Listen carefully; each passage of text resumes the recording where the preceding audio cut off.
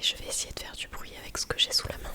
Avant de commencer, je voulais vous montrer l'évolution, la pousse des petits bulbes qu'ont planté mes petits élèves en maternelle.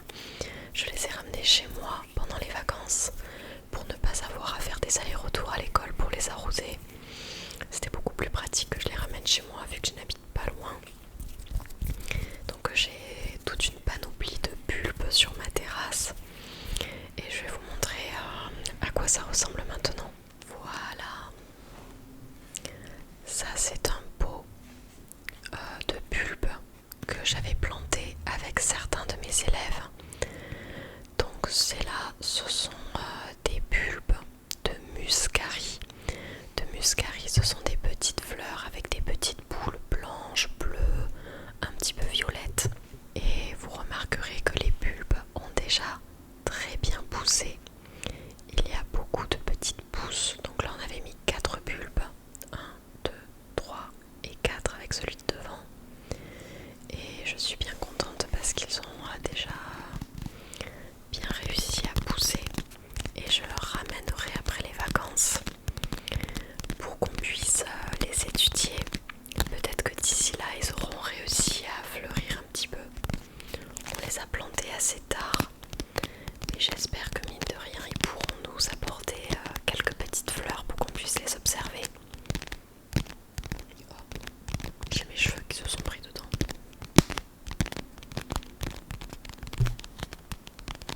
Le bruit du pot est plutôt pas mal.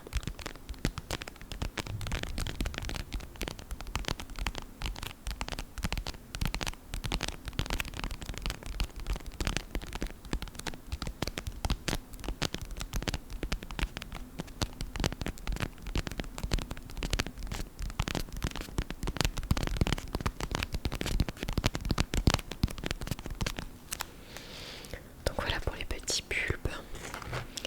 J'ai ramené ma boîte de crayons de couleur.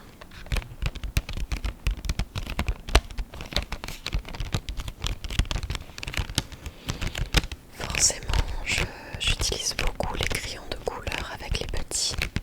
Enfin, quand je dis les petits, ce sont les enfants de maternelle en général, hein, que ce soit les petits, les moyens ou les grands.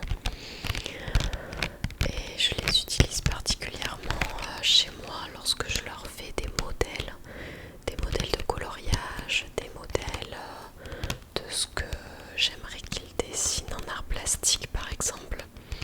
Parfois des modèles de graphisme avec les boucles, les ponts, les cercles, les petits traits, les barres horizontales et verticales. Et puis aussi pour leur faire des modèles de dessin.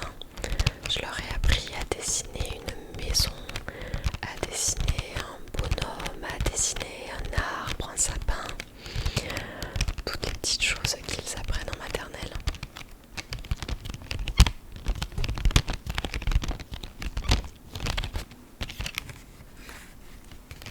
Hop. Et voilà toutes les couleurs. J'ai fait exprès d'en prendre un grand paquet, je crois que je l'avais trouvé chez Action, avec toutes les couleurs pour pouvoir leur proposer plein de dessins avec des détails de toutes les couleurs.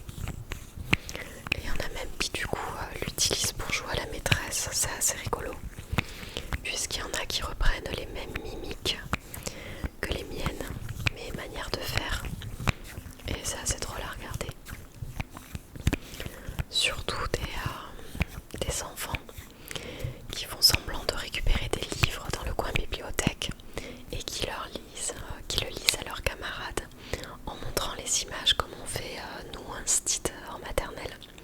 Du coup c'est trop rigolo à regarder ça. Alors ensuite j'ai récupéré ça, cet outil que je me suis acheté l'an dernier. C'est tout simplement une perforatrice. Une perforatrice qui fait un gros cercle comme ça.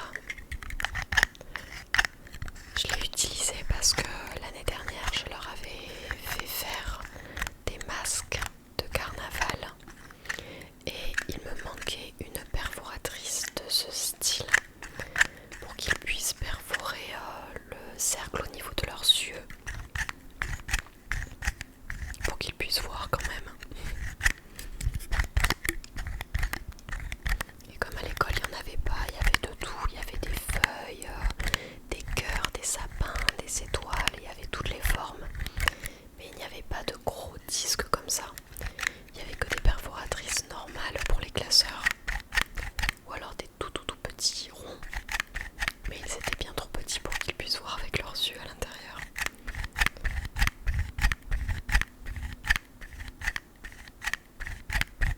Je l'avais acheté assez cher dans une papeterie, donc celle-là c'est la mienne. C'est moi, je me la garde chez moi. Parce qu'une fois j'ai vu à l'école que je l'avais amenée et quelqu'un l'avait rangée avec toutes les perforatrices de l'école. Je me suis dit, non, ça c'est la mienne, je la récupère. Surtout que je ne suis pas assurée de rester toujours dans la même école d'année en année. Je crois qu'elle m'avait coûté aux alentours de 6 ou 7 euros quand même.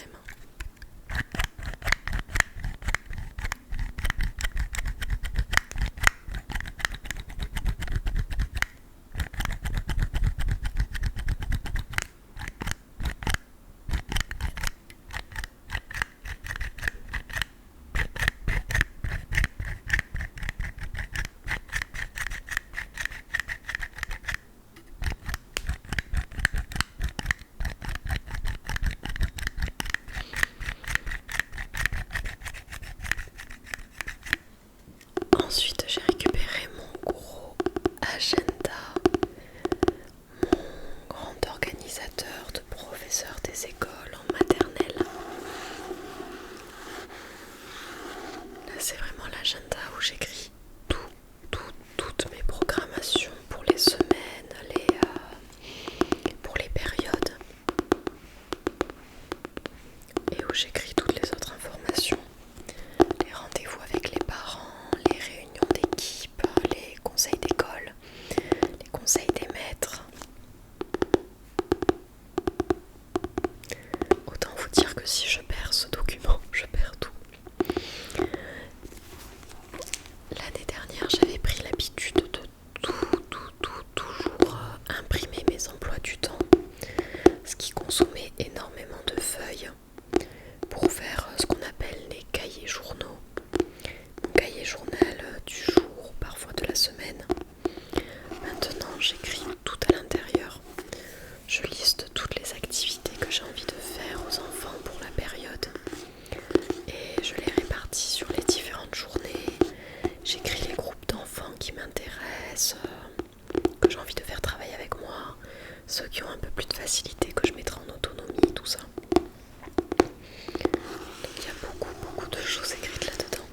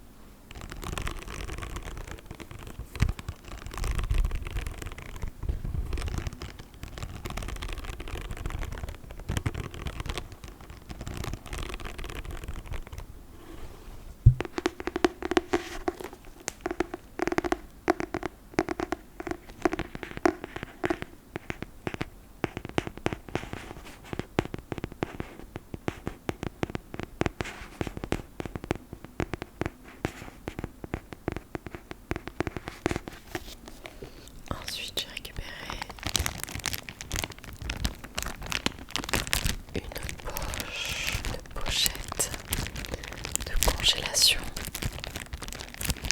Ça, ce sont les poches, les petites pochettes que j'utilise pour ranger tout mon matériel pédagogique pour l'école. Donc, par exemple, là à l'intérieur, j'ai rangé les dominos de numération. Derrière, j'avais créé des plaques de loto pour connaître les nombres. Et il me semble qu'il y a d'autres choses. Alors, si je l'ouvre,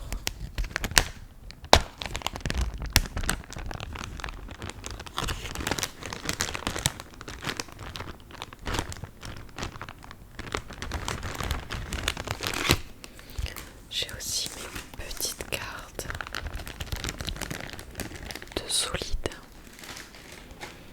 Par exemple, j'ai le cylindre, j'ai le cube, ensuite j'ai la pyramide, j'ai la boule,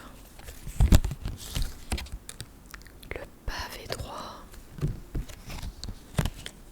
et le cône.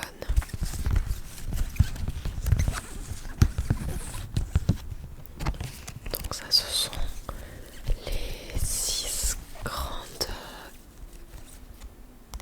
cartes, les six grands solides que je fais apprendre à mes élèves. Je ne trouve plus mes mots.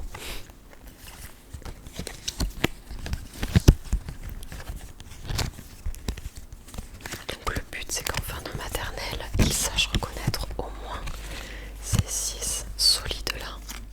Si déjà s'ils en connaissent 4 sur les 6, déjà c'est plutôt pas mal. Et alors dans cette poche,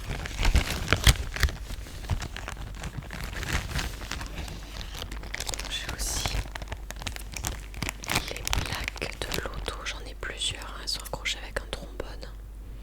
Des plaques de loto avec les nombres pour pouvoir les faire apprendre à mes élèves.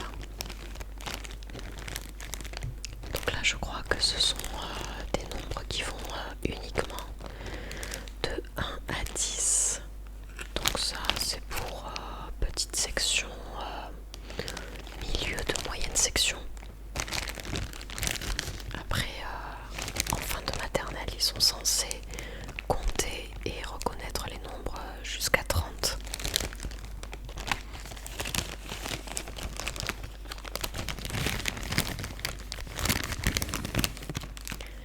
Et après, à l'intérieur, il y a des choses aussi comme ceci que j'ai créé moi-même.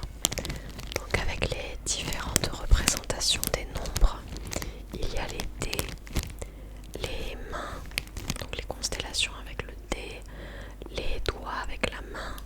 Il y a aussi les représentations chiffrées là. Hop, si je vous en fais sortir un. Et je crois que c'est tout, à moins que j'ai mis autre chose dessus, je m'en souviens plus trop. Voilà.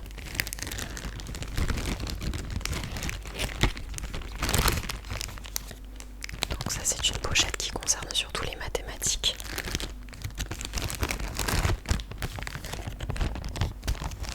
Mais il faut dire que j'en ai plein parce que durant l'année, je crée énormément de matériel et de contenu pour les enfants dans tous les domaines. Autant en sciences qu'en français, qu'en mathématiques, qu'en phonologie, pour apprendre tout ce qui est son, syllabes, les rimes. Il y a beaucoup de choses.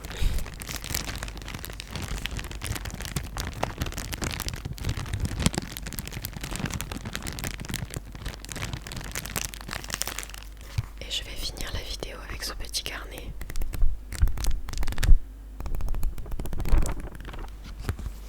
C'est un petit carnet que je m'étais acheté pour noter toutes mes petites idées, et pour lister toutes les activités que je devais préparer pendant les vacances pour les prochaines semaines d'école. Une sorte de petit cahier to-do list. Je l'avais pris violet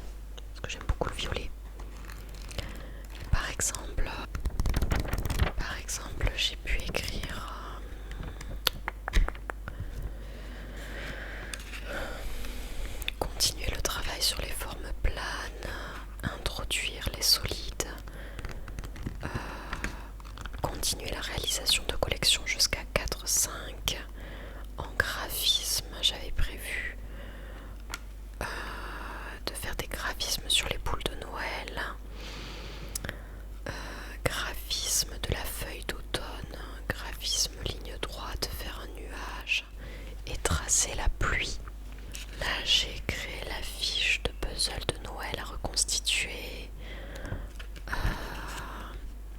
faire des affiches sur les formes géométriques, chercher des extraits de musique avec divers instruments.